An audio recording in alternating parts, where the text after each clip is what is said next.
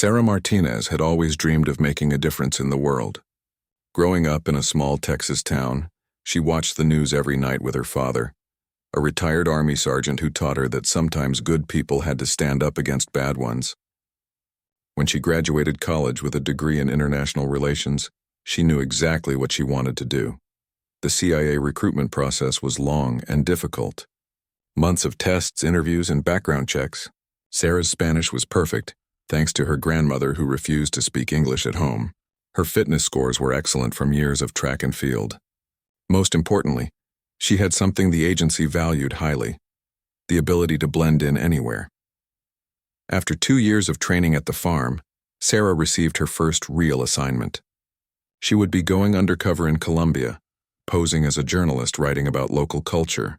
Her real mission was to gather intelligence on a growing drug cartel that had been expanding their operations into human trafficking.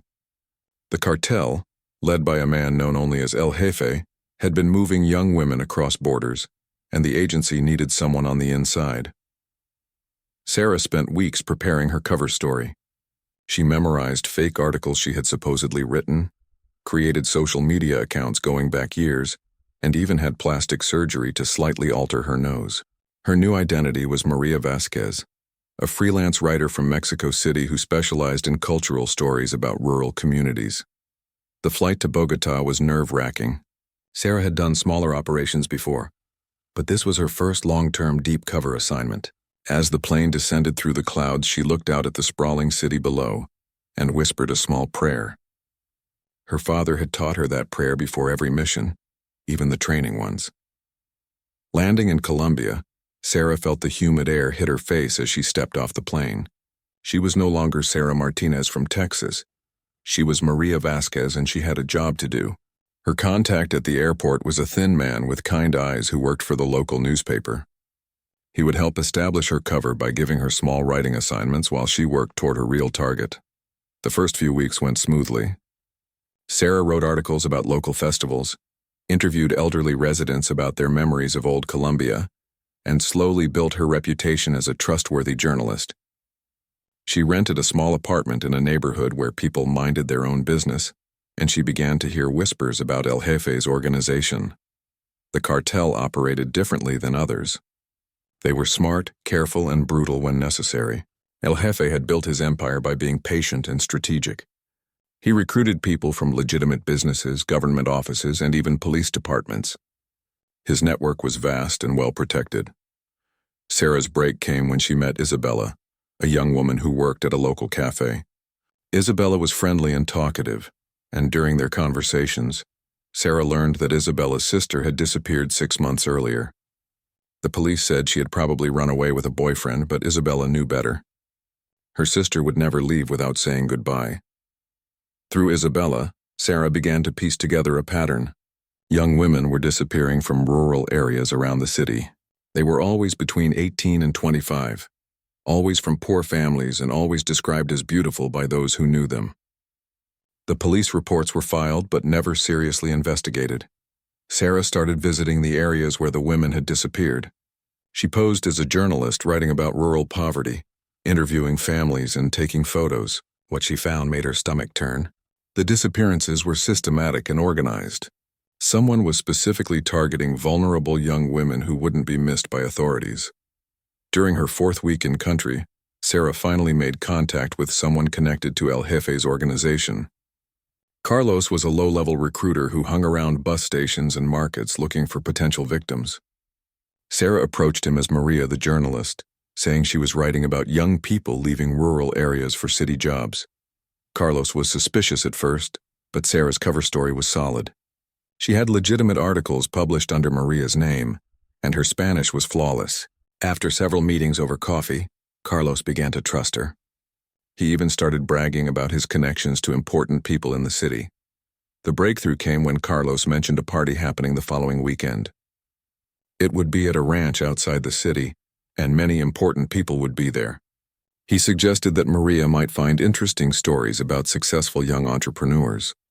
Sarah knew this was her chance to get closer to the organization's leadership. As the weekend approached, Sarah felt a mixture of excitement and fear. This was what she had trained for, but she also knew the risks. If her cover was blown, she would likely disappear just like the other young women. She sent a coded message to her handler in Langley, updating them on her progress and the upcoming opportunity. The night before the party, Sarah lay in her small apartment looking at photos of the missing women that Isabella had shown her. Their faces reminded her why she had chosen this life. These weren't just intelligence targets or case files. They were real people with families who loved them and missed them. Sarah checked her emergency communication device one last time. It was hidden inside a pen that looked exactly like dozens of others in her journalist bag. If something went wrong, she could activate it and send a distress signal. The nearest CIA station was in Bogotá, but she knew it could take hours for help to arrive. As she prepared for bed, Sarah thought about her father's advice before she left for this assignment. He had looked her in the eyes and said, "Remember, kiddo, courage isn't about not being scared. It's about doing what's right even when you are scared." Tomorrow she would need all the courage she could find. The alarm clock showed 6 a.m. when Sarah woke up. Today would either be the breakthrough her mission needed, or it could be the beginning of the end. She dressed carefully in clothes that would fit her cover story, packed her journalist supplies, and headed out into the Colombian morning. The party at the ranch would start in 12 hours, and Sarah Martinez, hidden behind the identity of Maria Vasquez, was ready to walk into the heart of El Jefe's operation. The ranch sat on a hill 30 miles outside Bogotá, surrounded by lush green fields that stretched to the mountains. As Carlos drove Sarah up the winding dirt road, she could see expensive cars parked around a large white house with red tile roofs. Music and laughter drifted through the warm evening air. Sarah adjusted the small camera hidden in her jewelry and checked that her recording device was working. As Maria the journalist, she had every reason to document what she saw. Carlos parked the old pickup truck between a Mercedes and a BMW, looking somewhat embarrassed by the comparison. The party was already in full swing when they arrived. Well-dressed men and women mingled on a large patio overlooking the valley below. Sarah recognized several faces from photos in her intelligence briefings. Local politicians, business owners, and a few people suspected of having cartel connections. Carlos introduced Sarah to several people as Maria, the journalist from Mexico City. She smiled and made small talk, always staying in character. A city councilman told her about development projects in rural areas. A businessman explained his import-export company. Everyone seemed successful and respectable. As the evening progressed, Sarah noticed something interesting. There were two distinct groups at the party. The first group stayed on the main patio, drinking expensive wine and discussing business deals. The second group gradually moved toward a smaller building behind the main house. Carlos eventually suggested they join the second group. The smaller building looked like a guest house from the outside, but inside it was set up like a private club. Expensive leather furniture, dim lighting, and a bar staffed by young women who looked nervous and avoided eye contact. Sarah's training kicked in as she observed everything while maintaining her friendly journalist persona. In this inner circle, the conversation was different. People spoke more quietly and used coded language. Sarah listened carefully while pretending to focus on her drink. She heard references to shipments, packages, and delivery schedules. Her heart raced as she realized she was hearing the operational language of the trafficking network. Then she saw him. El Jefe entered the room like he owned it, which he probably did. He was younger than Sarah expected, maybe 40, with an expensive suit and the kind of confidence that came from never being told no. People gravitated toward him immediately, eager for his attention and approval. Sarah watched as El Jefe worked the room. He remembered everyone's names, asked about their families, and made each person feel important. This wasn't the stereotypical cartel leader from movies. This was a sophisticated businessman who happened to trade in human misery. Carlos, excited to be in such important company, introduced Sarah to El Jefe as the journalist he had mentioned. El Jefe looked at Sarah with intelligent eyes that seemed to see everything. For a moment she worried he might see through her cover, but his smile remained warm and welcoming. El Jefe spoke with Sarah about her work, showing genuine interest in her articles about Colombian culture. He suggested she might find interesting stories in some of the rural communities where his legitimate businesses operated. Sarah agreed enthusiastically, knowing this could be her way deeper into the organization. As the night continued, Sarah excused herself to use the bathroom. Instead, she slipped outside and activated her communication device, sending a brief coded message to her handlers. The message confirmed she had made contact with the primary target and was attempting to develop the relationship further. When she returned to the party, she found El Jefe in conversation with a nervous-looking man who seemed to be reporting about some kind of problem. Sarah couldn't hear the details, but she caught fragments about delays and complications with the route. El Jefe's friendly demeanor disappeared as he listened, replaced by something cold and dangerous. The nervous man left quickly after their conversation, and El Jefe's smile returned as if nothing had happened. This glimpse behind the mask confirmed what Sarah already knew. Beneath the charm and sophistication was a man capable of terrible things. Around midnight, the party began to wind down. Carlos offered to drive Sarah back to the city, but El Jefe suggested she stay in one of the guest rooms since the drive was long and the mountain roads were dangerous at night. Sarah politely declined, saying she had an early interview the next day. As they prepared to leave, El Jefe gave Sarah his personal phone number and invited her to call him directly about any story ideas. This was exactly the kind of access she needed to develop, but something about his interest made her uncomfortable. She had noticed him watching her throughout the evening, and his attention felt like more than professional courtesy. The drive back to the city was quiet. Carlos seemed impressed that El Jefe had taken such an interest in Sarah's work. He talked about how lucky she was to have such a powerful contact, not knowing that his new friend was actually a CIA operative gathering intelligence on his boss. Back in her apartment, Sarah sat down to write her intelligence report. She documented everything she had seen and heard, including descriptions of the people present and the fragments of conversation she had captured. The recording device had worked perfectly, and the hidden camera had captured faces and license plates. Most importantly, she had established direct contact with El Jefe and created an opportunity for future meetings. This was a significant breakthrough, but Sarah knew the real work was just beginning. Getting close to the target was only the first step. Now she needed to gain his trust and access his operation. As she prepared for bed, Sarah thought about the young women she had seen serving drinks at the party. Their scared expressions haunted her. Were they victims of the trafficking network? Were they there willingly, or were they being held against their will? Sarah made a mental note to find a way to learn more about them during her next contact with the organization. The phone rang suddenly, startling her from her thoughts. The caller ID showed El Jefe's number. Sarah hesitated for a moment, then answered as Maria. El Jefe's voice was warm and friendly. He said he had been thinking about their conversation and had an idea for a story that might interest her.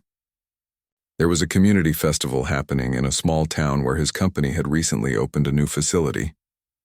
Perhaps she would like to cover it for her articles. Sarah agreed to meet him the following week to discuss the details. After hanging up, she realized this was happening faster than she had expected.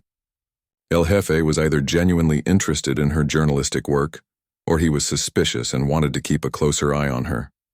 Either way, Sarah knew she was about to go deeper undercover than she had ever been before. The next phase of her mission would require even more careful preparation and could be significantly more dangerous. As she finally drifted off to sleep, Sarah wondered if she was walking into an opportunity or a trap. The small town of San Miguel sat in a valley surrounded by coffee farms and coca fields. Sarah arrived on a Tuesday morning, driving a rented Jeep along roads that grew narrower and more dangerous with each mile. El Jefe had been right about one thing. This was exactly the kind of place that would interest a cultural journalist. The town square was busy with preparations for the weekend festival. Vendors were setting up booths, musicians were practicing, and families were decorating their homes with colorful banners. Sarah began taking photos and conducting interviews, building her cover story while keeping her eyes open for anything suspicious. El Jefe arrived that afternoon with a small convoy of vehicles that looked out of place in the rural setting. Black SUVs with tinted windows and men in expensive suits who clearly weren't local farmers. Sarah watched from a cafe across the square as he greeted the town mayor like an old friend. The business facility El Jefe had mentioned turned out to be a large warehouse on the outskirts of town. Officially, it was used for processing and shipping coffee beans to international markets. Sarah managed to get close enough to see trucks arriving and leaving at all hours, but the building was surrounded by high fences and security cameras. That evening, El Jefe invited Sarah to dinner at the town's only decent restaurant. Over traditional Colombian food, he talked about his legitimate business interests and his commitment to helping rural communities. He spoke passionately about creating jobs and opportunities for young people who might otherwise leave for the cities. Sarah found herself impressed despite knowing what he really was. El Jefe was intelligent, charming, and seemed genuinely concerned about the people in these communities. It would be easy to forget that this same man was responsible for destroying the lives of countless young women. During dinner, El Jefe mentioned that Sarah might find an interesting story in talking to some of the young women who worked at his facility. They were local girls who had been given opportunities to earn good money while staying close to their families. Sarah agreed to visit the facility the next day, her heart racing at the possibility of finally seeing the operation from the inside.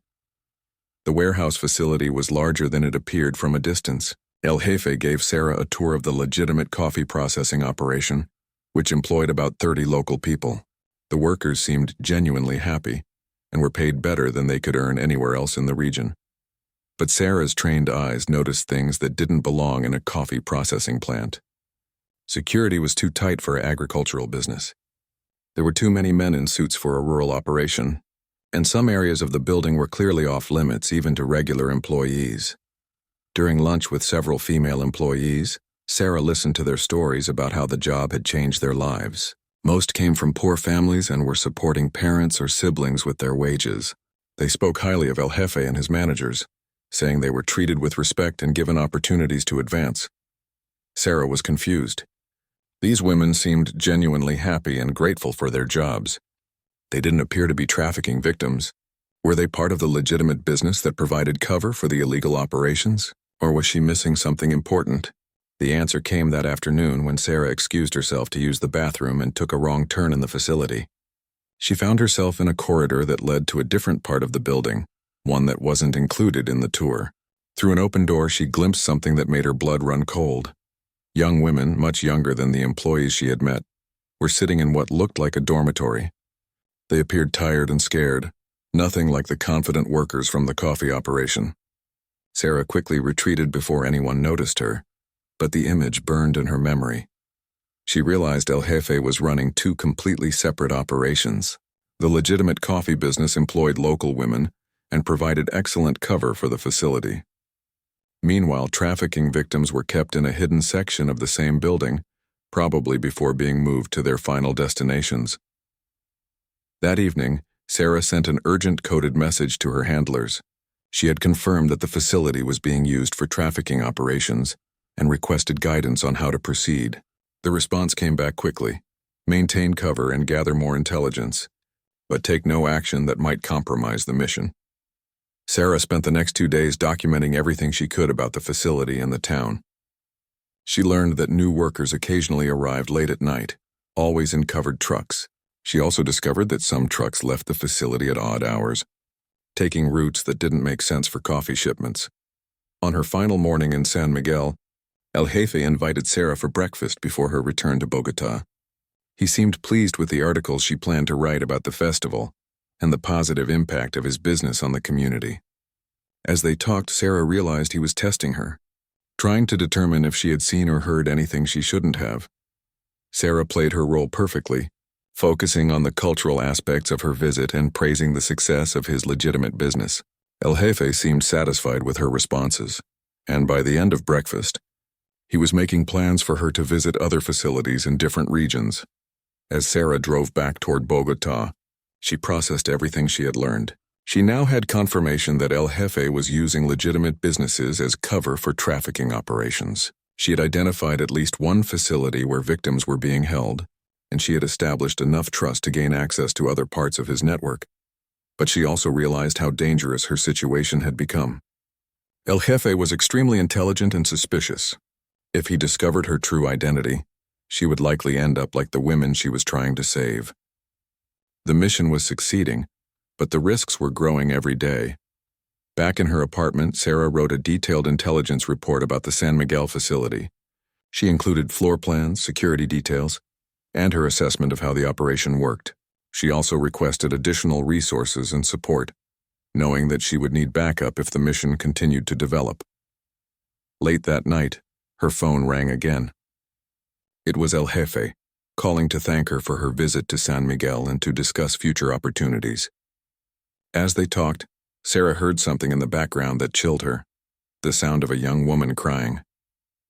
El Jefe smoothly ended the call, claiming he had to attend to business matters.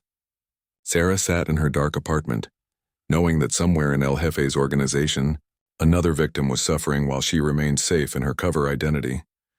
The weight of the mission was starting to affect her. Every day she spent building relationships with these criminals was another day that innocent people were being hurt. Sarah knew she was gathering crucial intelligence that would eventually help shut down the entire network, but the moral cost of maintaining her cover was becoming harder to bear. As she finally tried to sleep, Sarah wondered how much longer she could maintain this double life.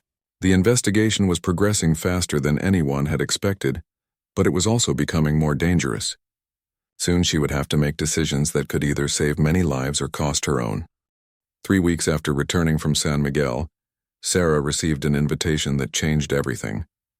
El Jefe was hosting a private business meeting at a luxury resort near Cartagena, and he wanted Maria the journalist to document the event for a story about successful Colombian entrepreneurs.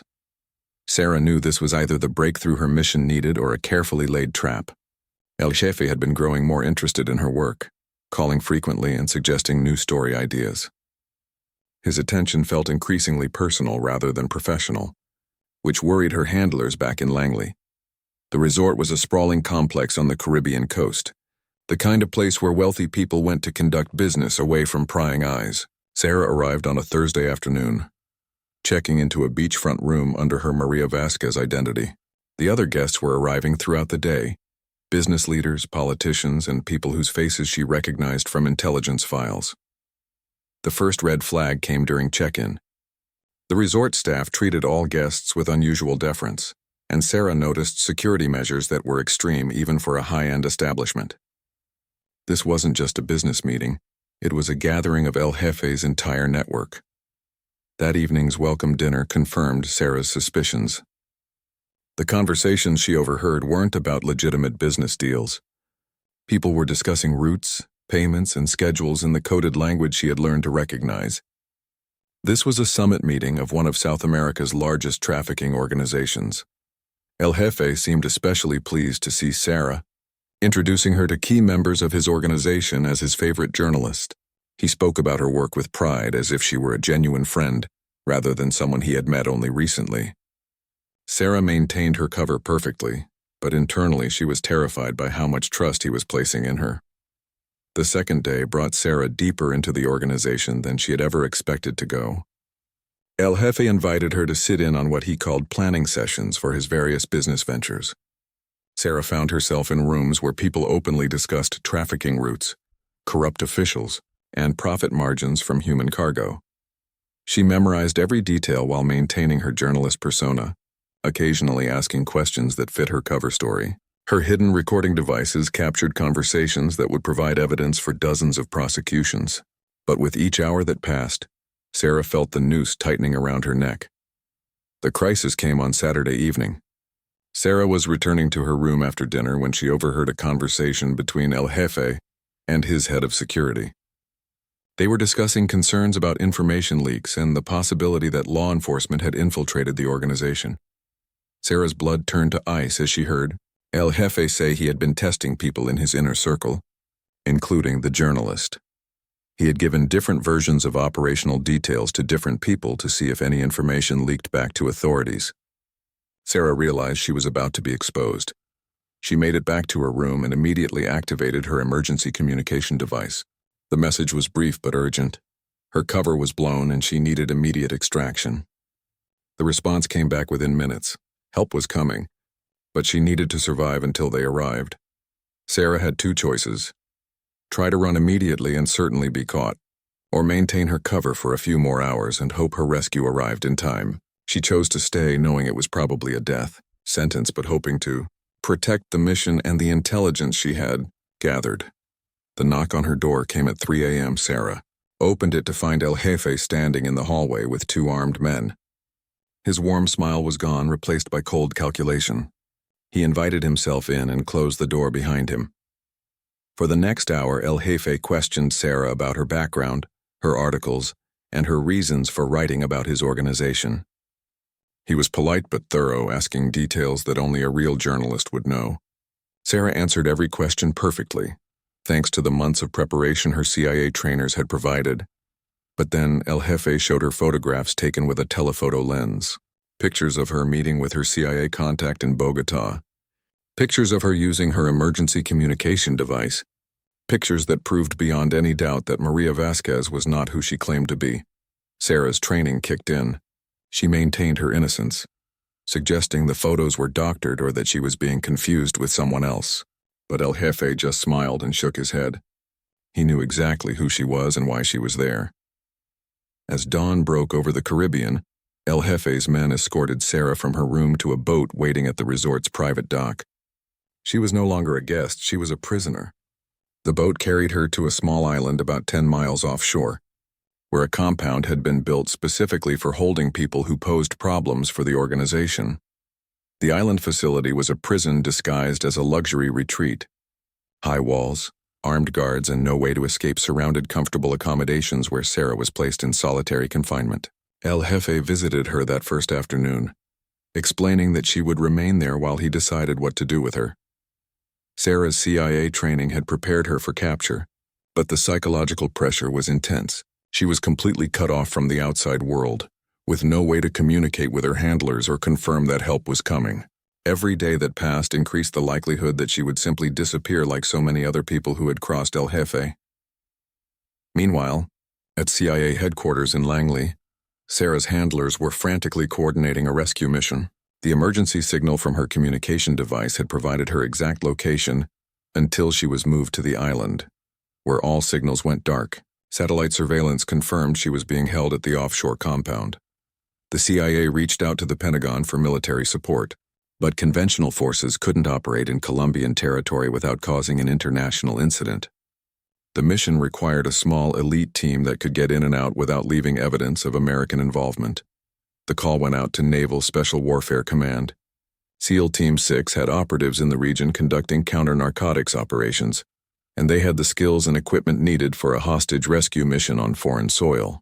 The team leader, Lieutenant Commander Jake Morrison, had extensive experience in Central and South America. As Sarah endured her third day of captivity, Morrison and his team were studying satellite photos of the island compound and planning their approach.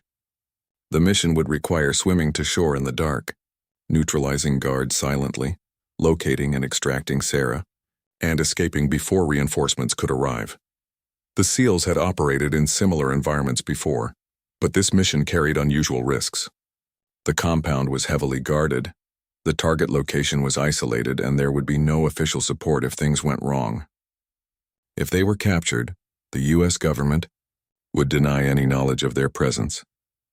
But Sarah Martinez was one of their own, an American intelligence officer who had risked her life to gather crucial information about a criminal organization that was destroying countless lives. The SEALs weren't about to let her disappear into El Jefe's network of prisons and graves. On Sarah's fourth night of captivity, as she lay in her cell listening to the sound of waves against the island's rocky shore, she had no way of knowing that 8 heavily armed Navy SEALs were swimming through those same dark waters toward her location. Lieutenant Commander Jake Morrison adjusted his diving mask and checked his waterproof watch. 0247 hours. The SEAL team had been swimming for 37 minutes through choppy Caribbean waters, their rebreathers leaving no telltale bubbles on the surface. The island compound was now less than 200 meters ahead, a dark silhouette against the star-filled sky. Morrison had led dozens of missions in hostile territory, but this one felt different. Intelligence reports indicated that Sarah Martinez had been gathering crucial information about El Jefe's trafficking network before her cover was blown. The data she had collected could shut down an organization that was destroying thousands of lives across multiple countries. The team consisted of 8 operators, each specially selected for this mission. Petty Officer First Class Marcus Rodriguez was their communications specialist and spoke fluent Spanish. Chief Petty Officer David Kim handled explosives and breaching. Hospital Corpsman Second Class Tommy Williams served as their medic. The others were seasoned operators who had worked together for years. As they approached the island's rocky shore, Morrison could see the compound's perimeter lights reflected on the water. Satellite surveillance had identified 12 guards working in shifts, plus an unknown number of additional personnel inside the main building. The facility was designed to hold high-value prisoners, which meant security would be professional and well-armed. The SEALs slipped onto the beach at 0252 hours, their black wetsuits making them nearly invisible against the dark rocks. They cached their diving equipment behind a cluster of boulders and switched to their primary weapons, suppressed HK-416 rifles and Sig Sauer pistols. Every piece of equipment had been specially modified to operate silently and leave minimal forensic evidence. Morrison used hand signals to deploy his team around the compound's perimeter. The facility was smaller than expected, a main building with what appeared to be holding cells, a guard barracks, and a communication tower. 2 patrol boats were moored at a small dock on the compound's south side. Through his night vision scope, Morrison observed the guard rotation patterns. 2 sentries walked the perimeter every 15 minutes, while others monitored from fixed positions. The guards were alert and professional, carrying modern weapons and radio equipment. This wasn't a casual operation. El Jefe had invested serious resources in this facility. Sarah, meanwhile, lay on the narrow cot in her cell, staring at the ceiling and trying to control her growing despair. 4 days of captivity had worn down her mental defenses despite her CIA training. El Jefe visited daily, sometimes friendly and conversational, other times cold and threatening. She knew he was deciding whether she was more valuable alive or dead. The cell block was separate from the main compound, connected by a covered walkway. Sarah had counted at least 6 other prisoners during her brief trips to the bathroom, all young women who appeared to be trafficking victims. The facility served dual purposes, holding people who caused problems for the organization and processing victims before they were moved to their final destinations. At 03:18 hours, Morrison's team was in position. Rodriguez had quietly disabled the communication tower's primary antenna, cutting the compound's link to the mainland. Kim had placed shaped charges on the guard barracks doors, ready to neutralize anyone who tried to respond to the rescue attempt. The assault began with a precision that came from years of training and experience. 2 perimeter guards were taken down simultaneously with suppressed weapons, their bodies quickly hidden behind buildings. Morrison and Williams moved toward the cell block while the rest of the team secured the compound's main areas. Sarah heard the first suppressed gunshot and immediately knew something had changed. The sound was different from the weapons she had seen the guards carrying, quieter and more professional. Her heart began racing as she realized that rescue might actually be coming. Morrison reached Sarah's cell block and began systematically checking each room. The lock on Sarah's door was electronic, but Kim had provided tools for exactly this situation. As the door swung open, Sarah found herself looking at a figure in black tactical gear with night vision goggles raised on his forehead. "Sarah Martinez?" Morrison whispered in English. "CIA?" Sarah nodded, barely able to speak. After 4 days of believing she would die on this island, seeing an American soldier was almost too good to be true. "We're here to get you out," Morrison continued. "Can you walk? Are you injured?" Sarah shook her head, indicating she was physically capable of moving. Morrison handed her a small radio earpiece and helped her to her feet. The rescue was just beginning. They still had to get off the island alive. As they moved through the compound, Sarah pointed out the other prisoner cells. Morrison made a quick decision that went against his mission parameters, but aligned with his moral code. They would take all the prisoners, not just their primary target. Williams and 2 other team members worked quickly to free the 6 other women, while Morrison and Rodriguez secured their escape route. The young women were terrified and confused, but they understood that these armed men were trying to help them escape. The first major obstacle came when a guard discovered one of the neutralized sentries. His radio call brought the entire compound to alert status, even though the main communication system had been disabled. Suddenly, lights blazed throughout the facility, and armed men began emerging from buildings. Morrison's team found themselves in a running firefight as they moved toward the beach with 7 rescued prisoners. The SEALs' superior training and equipment gave them significant advantages, but they were outnumbered and had to protect non-combatants while fighting their way to safety. Kim detonated the charges on the guard barracks, temporarily disabling several opponents and creating chaos that covered the team's movement. Rodriguez provided suppressing fire while Williams helped move the rescued women toward their extraction point. Sarah, despite her exhaustion and fear, proved invaluable during the escape. Her Spanish language skills helped calm the other prisoners, and her intelligence training allowed her to understand tactical situations and follow orders effectively. She had become an asset rather than just a rescue target. The team reached their cached diving equipment as patrol boats from the mainland began approaching the island. Morrison realized they had only minutes before the area would be swarming with reinforcements. The original extraction plan called for the team to swim to a submarine waiting offshore. But that route would be impossible with 7 additional people who weren't trained divers. Morrison made another tactical decision that demonstrated the SEAL ethos of leaving no one behind. Rather than abandoning the other prisoners to ensure Sarah's escape, he called for emergency extraction using the team's backup communication system. 20 minutes later, 2 unmarked helicopters appeared over the island. Their crews prepared for hot extraction under fire. The first helicopter landed on the beach while the second provided air support, its door gunners engaging the compound's defenders. Sarah and the other rescued women were loaded onto the first helicopter, while Morrison's team provided security. As the aircraft lifted off, Sarah looked back at the island compound and realized she had just been rescued from certain death by 8 men who had risked their own lives for people they had never met.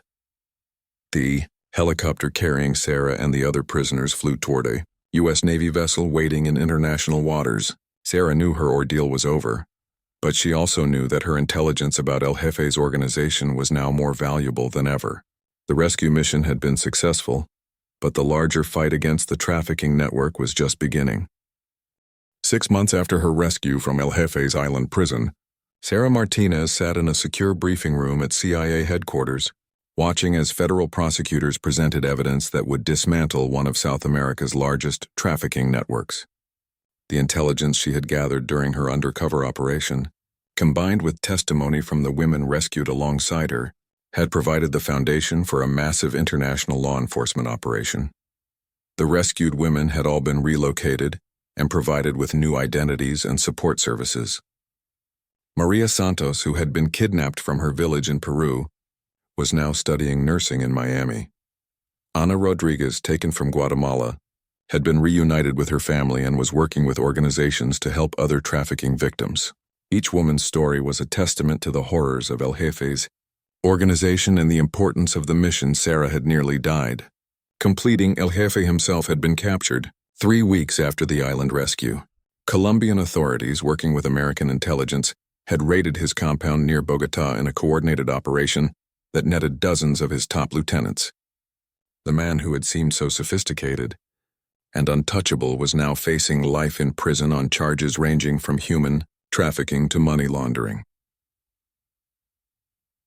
Lieutenant Commander Jake Morrison and his SEAL team had received classified commendations for their rescue mission, though the operation would never appear in their official service records. The mission had violated several international laws and diplomatic agreements, but it had also saved lives and dismantled a criminal organization that was destroying communities across 2 continents. Sarah had spent 3 months in debriefing sessions, sharing every detail of her time undercover with teams of analysts and investigators. The information she provided had led to arrests in Colombia, Mexico, Peru, Guatemala, and the United States. Corrupt officials were removed from office, trafficking routes were shut down, and hundreds of victims were identified and provided with assistance. The psychological toll of the mission had been significant. Sarah suffered from nightmares and anxiety attacks for months after her rescue. The CIA provided counseling and support, but some experiences leave permanent scars. She had looked into the eyes of trafficking victims and seen their despair. She had sat across from El Jefe and smiled while he described destroying young women's lives. Those memories would never completely fade, but Sarah had also experienced something that validated every sacrifice she had made. 2 weeks after her rescue, she received a letter from Isabella, the young woman in Bogotá whose sister had disappeared. Isabella's sister had been found in one of the facilities raided after El Jefe's arrest. She was alive, traumatized but recovering, and would soon be reunited with her family. The letter was simple but profound. Isabella thanked Maria the journalist for caring about their story and somehow helping to bring her sister home. She didn't know that Maria was actually Sarah, a CIA operative who had risked her life to gather the intelligence that led to the rescue. But Sarah knew, and that knowledge made every difficult moment of the mission worthwhile. The broader impact of the operation extended far beyond the arrests and rescues. The intelligence Sarah had gathered revealed connections between El Jefe's organization and criminal networks throughout Latin America and the United States. Her recordings and photographs provided evidence that led to investigations in 12 countries and resulted in changes to how international law enforcement agencies shared information about trafficking. Operations Sarah's handler at the CIA, a veteran intelligence officer named Director Patricia Hayes, had recommended her for the Intelligence Star, one of the agency's highest honors. The medal recognized exceptional performance under extraordinarily dangerous conditions, and Sarah's operation qualified on every measure. The ceremony would be private and classified, but the recognition meant everything to Sarah and her family. Her father, the retired Army sergeant who had taught her about courage and service, attended the ceremony with tears in his eyes. He finally understood what his daughter had been doing during those months when she couldn't contact her family. Sarah's mother wept as Director Hayes pinned the medal to her daughter's jacket and read a citation that described her as an officer who had demonstrated exceptional courage in the face of mortal danger while serving her country and protecting innocent victims of criminal violence. The SEALs who had rescued Sarah were also recognized in a separate ceremony at Naval Special Warfare Command. Morrison had been promoted to commander and given command of a new counter-terrorism unit. His team members had all received commendations and bonuses, though they would never be able to discuss the mission publicly. Morrison and Sarah had stayed in contact after the rescue, developing a friendship based on mutual respect and shared experience. Morrison often said that the island rescue had been one of the most meaningful missions of his career because it had a clear moral purpose and measurable positive outcomes. 6 months after her rescue, Sarah was offered a new assignment. The CIA wanted her to lead a task force focused on international trafficking networks, using her experience and expertise to develop new strategies for infiltrating and dismantling criminal organizations. The position would be based in Washington rather than overseas, allowing her to contribute to the fight against trafficking while maintaining a safer operational profile. Sarah accepted the assignment eagerly. Her undercover days were over. Her face and identity were too well known to traffickers worldwide for her to operate covertly again. But her knowledge and experience made her uniquely qualified to train other operatives and coordinate intelligence operations against trafficking networks. The first case that crossed Sarah's desk in her new position involved reports of American women being trafficked to Eastern Europe. The intelligence was preliminary, but the patterns were familiar. Sarah recognized the operational signatures from her experience with El Jefe's organization and immediately began developing plans for investigation and intervention. As she reviewed the case files, Sarah thought about the women she had met during her captivity on El Jefe's island. Their faces reminded her why this work mattered and why the risks were worthwhile. Somewhere in the world, other young women were being held against their will, hoping for rescue that might never come. Sarah's mission had evolved from gathering intelligence to leading the fight against trafficking organizations. The skills she had developed undercover, the ability to see patterns, build relationships, and think strategically, now served a broader purpose. She was no longer just one operative working alone in dangerous circumstances. She was a leader with the resources and authority to coordinate international efforts against criminal networks. The rescue from El Jefe's island had ended one chapter of Sarah's career, but it had also begun another. The young woman from Texas who had dreamed of making a difference in the world had found her calling. She would spend the rest of her career fighting to ensure that other women wouldn't face the horrors she had witnessed and that other families wouldn't suffer the losses she had helped prevent. The SEALs had pulled her from the water when everyone thought she would go under. Now Sarah was determined to do the same for countless others who found themselves drowning in the criminal networks that preyed on the vulnerable and powerless. The mission continued, and Sarah Martinez was ready to lead it.